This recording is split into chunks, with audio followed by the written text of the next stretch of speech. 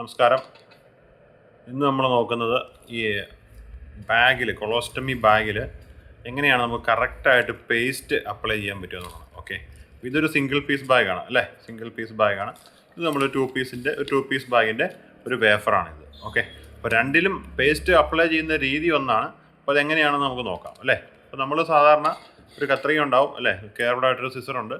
അത് വെച്ച് നമ്മൾ ഇതിൻ്റെ സൈസ് നമുക്ക് ആവശ്യമുള്ള സൈസ് കട്ട് ചെയ്യുക. ഇപ്പോൾ ഞാൻ കട്ട് ചെയ്യാൻ പോകുന്നത് ഒരു 30 mm ആണെങ്കിൽ ഒരു 30 mm ഞാൻ ഈ ഒരു വേഫർ കട്ട് ചെയ്യുന്നു. ഈ ഒരു വേഫർ ഇങ്ങനെ ഒരു 30 mm സൈസിൽ നമ്മൾ കട്ട് ചെയ്തു അല്ലേ. അതിന് ശേഷം നമുക്ക് ഇത് ഒട്ടിക്കണം. ഒട്ടിക്കുന്നതിന് മുമ്പ് നമ്മൾ ചെയ്യേണ്ട കാര്യം എന്താണ്? ഇത് നമ്മൾ കട്ട് ചെയ്തിട്ട് ഇതിനൊരു പ്രോപ്പർ നമുക്ക് ആവശ്യമുള്ള ഷേപ്പിലും ആവശ്യമുള്ള സൈസിലും കട്ട് ചെയ്തു. നമ്മൾ ഓരോരുത്തരുടെ സ്റ്റോമയുടെ വലിപ്പവും സൈസും അനുസരിച്ച് നമുക്കിതിനെ കട്ട് ചെയ്യാം. അതിന് ശേഷം നമുക്ക് ചെയ്യേണ്ട കാര്യം എന്താണ്? ഇത് ഒട്ടിക്കണം അല്ലേ. ഒട്ടിക്കണമെങ്കിൽ നമ്മൾ ഈ ഒരു സ്റ്റിക്കർ പൊളിക്കണം. ഈ ഒരു സ്റ്റിക്കർ പൊളിച്ചിട്ടാണ് നമ്മൾ സാറിന് ഒട്ടിക്കുന്നത്. അപ്പം നമ്മുടെ ശരീരത്തേക്ക് ഒട്ടാൻ ആവശ്യമായ ഒരു പശ അല്ലെങ്കിൽ ഒരു ഗമ്മ് ഓൾറെഡി ഈ ഒരു പ്ലേറ്റിലുണ്ട്. അത് സിംഗിൾ പീസ് ആണെങ്കിലും 2 പീസ് ബാഗ് ആണെങ്കിലും ഈ ഒരു പ്ലേറ്റിലുണ്ട്. അപ്പോൾ നമുക്ക് ചെയ്യേണ്ടത് എന്താണെന്ന് ചോദിച്ചു കഴിഞ്ഞാൽ, നമുക്ക് ലീക്കേജ് പ്രിവെൻറ്റ് ചെയ്യുക അല്ലെങ്കിൽ സ്കിന്നിനെ പ്രൊട്ടക്റ്റ് ചെയ്യുക. അതിനുവേണ്ടിയാണ് നമ്മൾ എപ്പോഴും സ്റ്റോമ പേസ്റ്റ് ഉപയോഗിക്കുന്നത്. സ്റ്റോമ പേസ്റ്റ് എവിടെയാണ് തേക്കേണ്ടത്? പലരും ചെയ്യുന്നൊരു തെറ്റാണ്. ഇത് ഫുള്ള് ഈ ഒരു ബേസ് പ്ലേറ്റ് ഫുള്ള് എന്ത് ചെയ്യും, പേസ്റ്റ് അപ്ലൈ ചെയ്ത് വെക്കും. അപ്പോൾ അത് ഒരിക്കലും പ്രോപ്പറായിട്ട് ഒട്ടില്ല. അപ്പോൾ നമ്മൾ ചെയ്യേണ്ടത് എന്താണ്?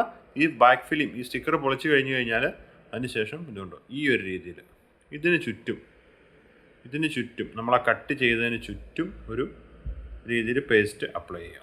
ഇങ്ങനെയാണ് നമ്മൾ പേസ്റ്റ് അപ്ലൈ ചെയ്യേണ്ടത്. അപ്പോൾ ഇങ്ങനെ ചെയ്യുന്നതുകൊണ്ടുള്ള ഗുണം എന്താണെന്ന് ചോദിച്ചു കഴിഞ്ഞാൽ, ആ പേസ്റ്റ് നമ്മുടെ സ്റ്റോമയ്ക്ക് ചുറ്റും ഒരു ലെയർ ക്രിയേറ്റ് ചെയ്തുകൊണ്ട് സ്റ്റോമയിൽ നിന്ന് വരുന്ന ഔട്ട്പുട്ട് സ്കിന്നെ ടച്ച് ആവാതെ ഫുള്ള് ബാഗിലേക്ക് വരാൻ വേണ്ടിയാണ് നമ്മൾ ഈ ഒരു പേസ്റ്റ് അപ്ലൈ ചെയ്യുന്നത്. അതുകൊണ്ട് പേസ്റ്റ് അപ്ലൈ ചെയ്യുമ്പോൾ ശ്രദ്ധിക്കേണ്ട ഒരു കാര്യം, ഈ രീതിയിൽ മാത്രം പേസ്റ്റ് അപ്ലൈ ചെയ്യുക.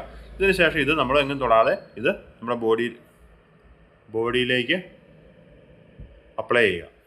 ഓക്കെ, ഇത്രയും കാര്യമാണ് നമ്മളൊരു പേസ്റ്റ് അപ്ലൈ ചെയ്യുമ്പോൾ ശ്രദ്ധിക്കേണ്ടത്.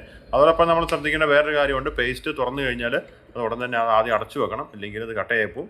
അതുകൊണ്ട് ഇതിങ്ങനെ അടച്ചു വെക്കുക. അതിനുശേഷം നമ്മളിത് കൃത്യമായിട്ട് നമ്മുടെ ബോഡിയിലേക്ക് ഒട്ടിക്കുക.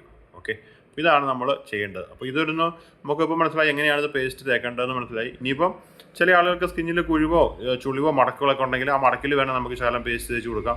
അപ്പോൾ ഇങ്ങനെ തേക്കുന്നതുകൊണ്ടുള്ള ഗുണം എന്താണെന്ന് വെച്ച് കഴിഞ്ഞാൽ, ബാഗ് ഇപ്പം ചില ആളുകൾ പറയാറുണ്ട് 2 ദിവസം കൂടുമ്പോൾ ലീക്കാവുന്നു അല്ലെങ്കിൽ ഡെയിലി ലീക്കാവുന്നു. ആ ഒരു പ്രശ്നം നമുക്ക് ഒഴിവാക്കാനായിട്ട് സാധിക്കും. അപ്പോൾ ഇങ്ങനെ പേസ്റ്റ് നമുക്ക് അപ്ലൈ ചെയ്ത് കൊടുക്കാവുന്നതാണ് കേട്ടോ.